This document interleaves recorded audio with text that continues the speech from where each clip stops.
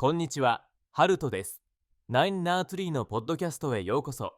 今日は本の要約とレビューをします。ドカイツ・アンガーマネジメント超入門は、感情コントロールのスキルの中でも特に怒りに焦点を当て、誰でもすぐに実践できるアンガーマネジメントの基本を分かりやすく解説した一冊です。コスの死、ビジネスや日常生活でのストレスが増加し、怒りの感情をうまく処理できずに人間関係や自己評価に悪影響を及ぼす人が急増しています。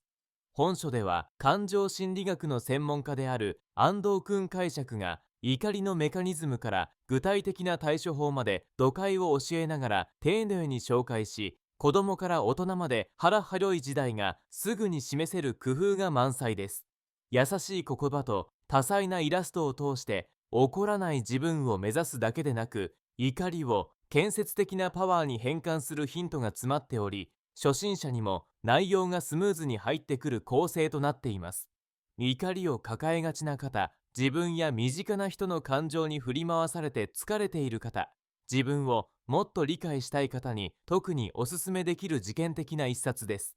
この本の重要なポイントをお伝えします。まず最初に、アンガーマネジメントの基礎知識。本書の最初の重要テーマは、アンガーマネジメントの基礎知識です。アンガーマネジメントとは、怒りをなくすことではなく、怒りの感情を適切に理解し、それを効果的にコントロールするための心理的手法です。著者はまず、怒ることがなぜ必要なのか、怒りがどのように生まれるのかを科学的かつ分かりやすく解説しています。怒りは人間の褒美本能や自己主張の一部として備わっている感情で、完全に競争とするのではなく、不適切な爆発や長期的な一圧を避けるための扱い方を学ぶことが大切であるとしています。この章では、怒りを感じた時に身体や思考でどんな反応が起きているのかを読解で説明し、自身の怒りタイプを診断するチェックリストも収録されており、読者はまず自分自身の怒り方や反面尿パターンを自覚することができます。これによって漠然としていた怒り感情を明確化し、変化の第一部を踏み出す舵が整います。次に、怒りの感情を理解する第2のトピックは、怒りの感情の理解です。著者は、怒りが単なるマイナス感情ではなく、他の感情の第二感情として現れることが多いと指摘します。例えば、不安や悲しみ、挫折や期待外れなどが背景にある場合、それらの一時感情がうまく処理できないと怒りとなって表面化します。本章ではその仕組みを出力や図を使って解説し、なぜ自分はここで怒りを感じたのかという根本的な問いに向き合うことの大切さを示しています。また、怒りの強度にも小さなイライラから爆発的な怒りまで段階があることに触れ、それぞれが日常にどう影響するのかも詳細に説明されています。この理解があることで、読者は感情の根源を見抜くリボヨン様い、怒りと正しく向き合う意識が味わえるよう導かれます。さらに、アンガーマネジメントの具体的なテクニック、3つ目のテーマは、アンガーマネジメントの事件的テクニックです。本書は、6秒ルールをはじめ、自分の怒りを客観的に詰めて冷静になる方法、呼吸やカウントダウン、視点の切り替えなど手軽に使えるスキルを多数紹介しています。特に著者推奨のタイムアウト法、セルフトーク法など習慣づけしやすいワークを読解売りで解説しているため、初心者でも日常生活に取り入れやすくなっています。これらのテクニックを繰り返し実験することで、怒りにすぐ反応するパターンから冷静な判断を下す新しい思考習慣へと変化させることが可能です。また、怒りの引き金となるストレス、思い込みに気づく方法も紹介されており、自己観察力を高めるきっかけになります。そして、人間関係とアンガーマネジメント、4つ目の重要テーマは人間関係とアンガーマネジメントです。職場、家庭、友人関係など日常のさまざまな場面で他人の言動による怒りやイライラは頻繁に生じます。本書では対人関係における怒りの生まれ方を分析し、実際にどのように感情を表現しコントロールすべきかを具体的なシーン別に解説しています。例えば、かかり方や要望の伝え方、感謝の気持ちの伝達方法など、厳苛な人間関係の形成に役立つコミュニケーションスキルがふんだんに紹介されています。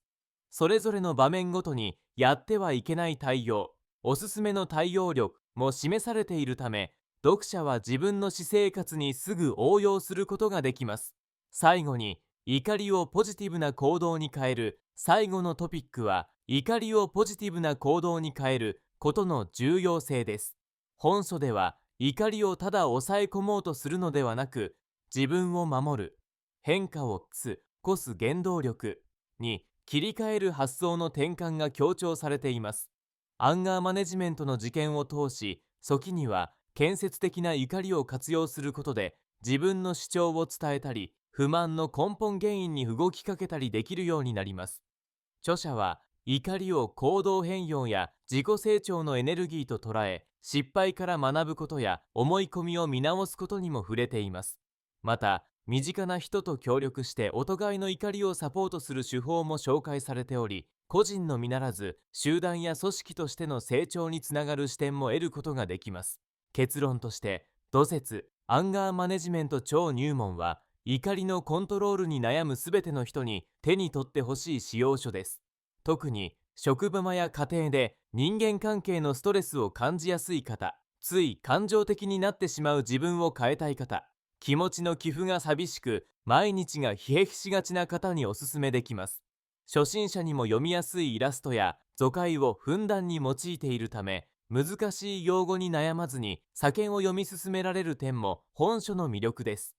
本書によってアンガーマネジメントの知識と具体的な対策を身につけることで、イライラや怒りが生じた場面でも冷静かつ前向きに行動できるようになります。その結果、自分に自信を持てるようになり、職場も家庭も安定した人間関係を築くことができます。他のアンガーマネジメント関連数に比べ、基礎から事件までが丁寧に体系化、土節やワークが多く、初心者でも取り組みやすい、子供から大人まで幅広く使えるという点が群を抜いています。感情を上手に扱うことは人生全般にとって必須スキルです。自分と他人の感情理解は自己成長やキャリア形成、厳苛な人間関係など全ての基盤となります。私生活の中で確実に役立つアンガーマネジメントのノウハウが一冊に濃縮された本書は、あなたの人生をより豊かで快適なものに変えるための最良の選択となるでしょう。ご支援いただける場合は、安藤君説、ポッドキャストの説明に記載した Amazon リンクから本を購入できます。読後の感想をぜひお聞かせください。それではまた。